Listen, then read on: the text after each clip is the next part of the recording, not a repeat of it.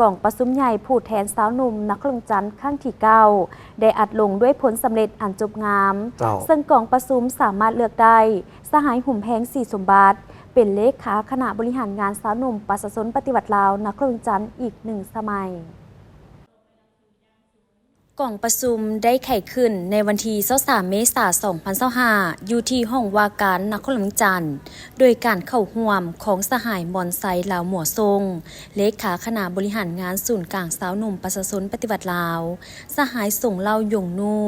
ห้องเลขาคณะพรรคนครหลวงจันทร์สหายหุ่มแพงสีสมบัติเลขาคณะบริหารงานสาวหนุ่มประชาชนปฏิบัติลาวนครหลวงจันทร์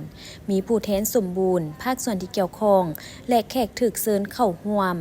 ในพิธีสหายศิริวัลย์เหรียญวิไลศักดิ์ห้องเลขาคณะบริหารงานสาวหนุ่มนครหลวงจันทร์ได้ผ่านห่างบทรายงานการเมืองต่อกล่องประชุมใหญ่ว่าในระยะ5 ปีผ่านมาคณะสาวหนุ่มได้นำพาปรับปรุงการจัดตั้งขันหากทานและหน่วยหากทานสาวหนุ่มทั่วนครหลวงจันทร์ดำเนินกล่องประชุมใหญ่ที่ขึ้นกับ9 เมือง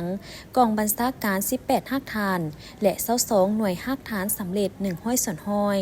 ได้นำพาปรับปรุงและขยายการจัดตั้งเยาวชนอย่างต่อเนื่อง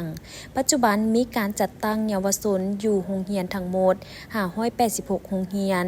เป็นสมาชิกเยาวชนธันวา 100,000 กว่าคนเลื่อนสมาชิกเยาวชนธันวาขึ้นเป็นสมาชิกสาวหนุ่ม 38,094 คนขยายใหม่ 100,000 กว่าคนนอกจากนี้มีสมาชิกอนุชน 100,000 กว่าคนขยายใหม่ได้ทั้งหมด 81,532 คนมีกองเยาวชน 2,028 กองน้ำหน้าเยาวชน104 กองการจัดตั้งปฏิบัติขบวนการขอแข่งขัน4บุกสามารถสุบยูและนำพาคณะสาวหนุ่มขันเมืองแผนกการองค์การเทียบเท่า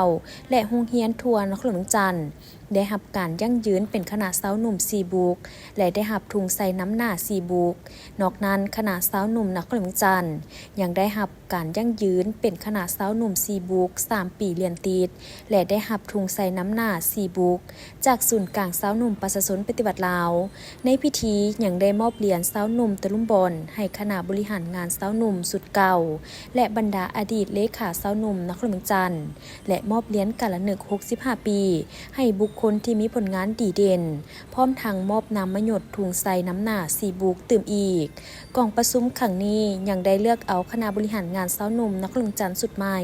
จำนวน39 สหายในนั้นเลือกได้สหายหุ่มแพงสีสมบัติเป็นเลขาคณะบริหารงานสาวหนุ่มประชาชนปฏิวัติลาวนครหลวงจันทร์อีก1 สมัย